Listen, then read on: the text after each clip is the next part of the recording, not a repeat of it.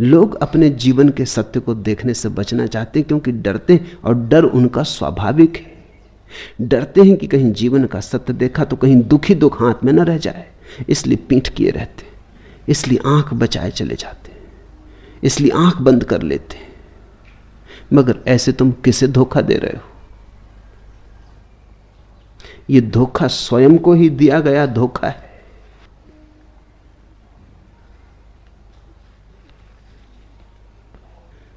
एक कहानी मैंने सुनी। एक शहर में एक नई दुकान खुली जहां कोई भी युवक जाकर अपने लिए एक योग्य पत्नी ढूंढ सकता था। एक युवक उस दुकान पर पहुंचा। दुकान के अंदर उसे 2 दरवाजे मिले। एक पर लिखा था युवा पत्नी और दूसरे पर लिखा था अधिक उम्र वाली पत्नी। युवक ने पहले द्वार पर धक्का लगाया और अंदर पहुंचा। फिर उसे 2 दरवाजे मिले, पत्नी वगैरह कुछ भी ना मिली। फिर 2 दरवाजे, पहले पे लिखा था सुंदर, दूसरे पर लिखा था साधारण। युवक ने पुनः पहले द्वार में प्रवेश किया, न कोई सुंदर था न कोई साधारण, वहां कोई था ही ना।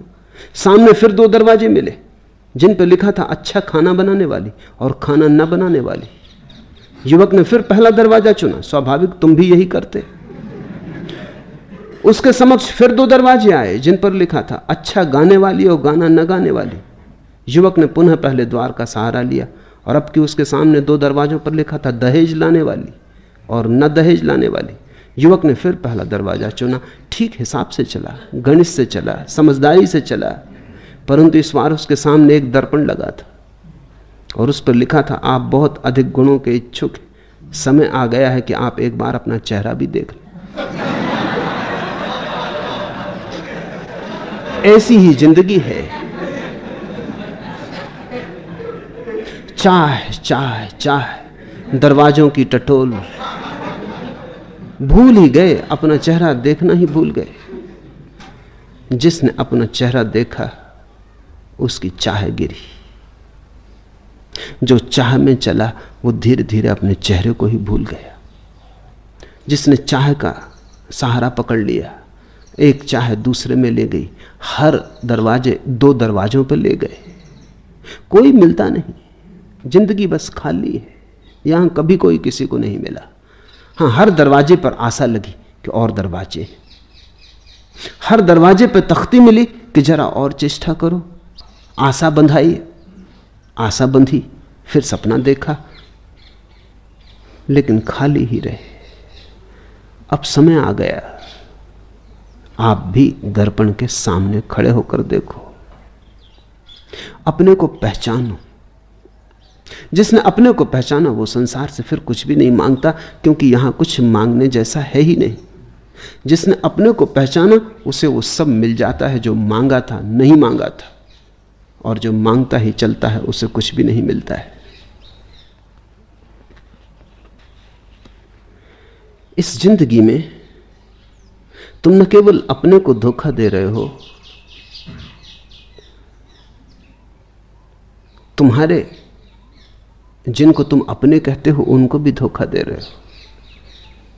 घर में एक बच्चा पैदा होता है, तुम तो धोखे में जिए ही, तुम यही धोखा उसको भी सिखाते हो।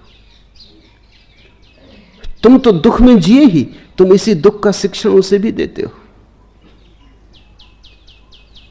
ऐसे पागलपन हटता नहीं संसार से, बढ़ता है। हम अपनी बीमारियां दूसरों को दिए चले जाते हैं। मुल्ला नसरुद्दीन ने अपने लड़के पर रोब गांठने के लिए एक दिन शिकार पर उसे साथ ले गया। वहां एक पक्षी पर निशाना साधते हुए लड़के से बोला, देख बेटे, मेरा निशाना कितना अचूक होता है। यह कहकर उसने गोली दागी, हमेशा की तरह निशाना चूक गया।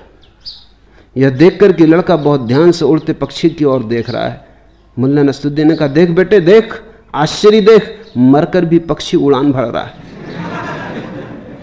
मगर कोई मानने को राजी नहीं कि निशाना अपना चूक गया है।